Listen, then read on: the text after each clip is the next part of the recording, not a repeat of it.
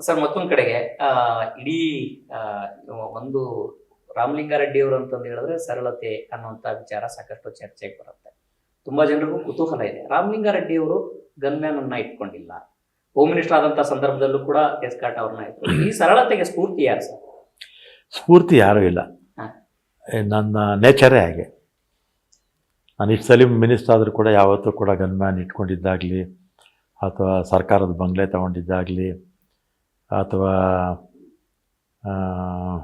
ಮತ್ತು home minister ಆಗಿದ್ದಾಗ zero traffic ತೊಗೊಂಡಿದ್ದಾಗಲಿ, ಆಮೇಲೆ ನಾನು ಇದುವರೆಗೂ ಕೂಡ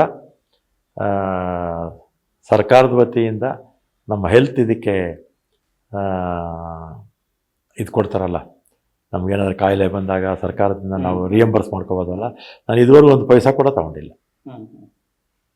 ನಮ್ಗೇನಾದ್ರು ಹೆಚ್ಚು ಕಮ್ಮಿ ಆದರೆ ನಮ್ಮ ಖರ್ಚಲ್ಲೇ ಮಾಡ್ಕೊಳ್ತೇನೆ ಹೊರತು ಸರ್ಕಾರದಿಂದ ಅಂತ ರಾಜಕಾರಣಗಳಲ್ಲಿ ನೋಡ್ತೀವಿ ಸರ್, ಅವರ ಕರೆಂಟ್ ಬಿಲ್ ಇಂದ ಹಿಡಿದು ಪ್ರತಿಯೊಂದು ಬಿಲ್ ಅನ್ನು ಇದು ಮಾಡ್ತಾರೆ. ಆದ್ರೆ ನಿಮ್ಗೆ ಇಷ್ಟು ಯಾಕೆ ಅನಿಸ್ತು ಅಂತ? ನಾವೇನು ಮುಟ್ಬಾರ್ದು ಸರ್ಕಾರದ್ದು ಅಥವಾ ಈ ರೀತಿಯ ಸಿಬ್ಬಂದಿ ಗನ್ಮ್ಯಾನ್ ಅನ್ನ ತಗೊಳ್ಬಾರ್ದು ಅಂತ ಯಾಕೆ ಅನಿಸ್ತು? ಅಲ್ಲಿ ಏನು ಅವಶ್ಯಕತೆ ಇಲ್ಲ ನನಗೆ.